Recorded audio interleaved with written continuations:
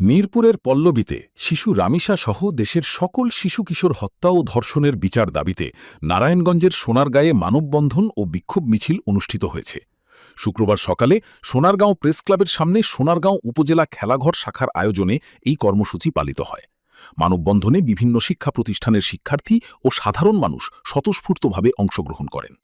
Staff reporter Mohammad Nurnabi Johnny জানান, উপজেলা খেলাঘরের অর্থ সম্পাদক সাংবাদিক মাহবুবুল ইসলাম সুমনের সঞ্চালনায় মানববন্ধনে বক্তব্য রাখেন সোনারগাঁও উপজেলা খেলাঘরের সাধারণ সম্পাদক লায়ন রাজা রহমান, সিসিমপুর সাবেক কান্ট্রি ডিরেক্টর মে শাহ আলম, সোনারগাঁও সাহিত্য নিকেতনের সাধারণ সম্পাদক সাংবাদিক রবিউল হুসাইন, উদীচী শিল্পী গোষ্ঠীর সভাপতি শঙ্কর প্রকাশ, খেলাঘরিয়ান কাজী লিটু, ভুবনডাঙ্গা খেলাঘর আসরের আহ্বায়ক হাসি আলম প্রমুখ।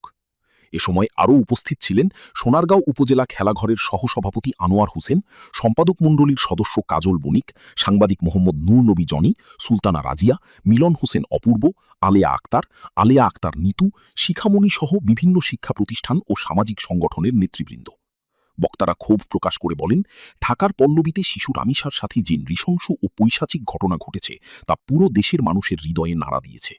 সভ্য সমাজে এমন বর্বরোচিত ঘটনা কোনোভাবেই মেনে নেওয়া যায় না।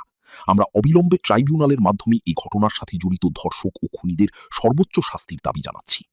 দেশের নারী ও শিশুদের নিরাপত্তাহীনতার চিত্র তুলে ধরে বক্তারা আরও বলেন, আজ ঘড়ি বাইরে কোথাও শিশু ও নারীরা নিরাপদ নয়। এই নিরাপত্তার ব্যর্থতার দায় রাষ্ট্রকে নিতে হবে। যদি অতি দ্রুত অপরাধীদের দৃষ্টান্তমূলক শাস্তি ও নারীদের নিরাপত্তা নিশ্চিত করা না হয়, তবে আমরা সাধারণ শিক্ষার্থীদের সাথে নিয়ে আরও কঠোর আন্দোলনে নামতে বাধ্য হব।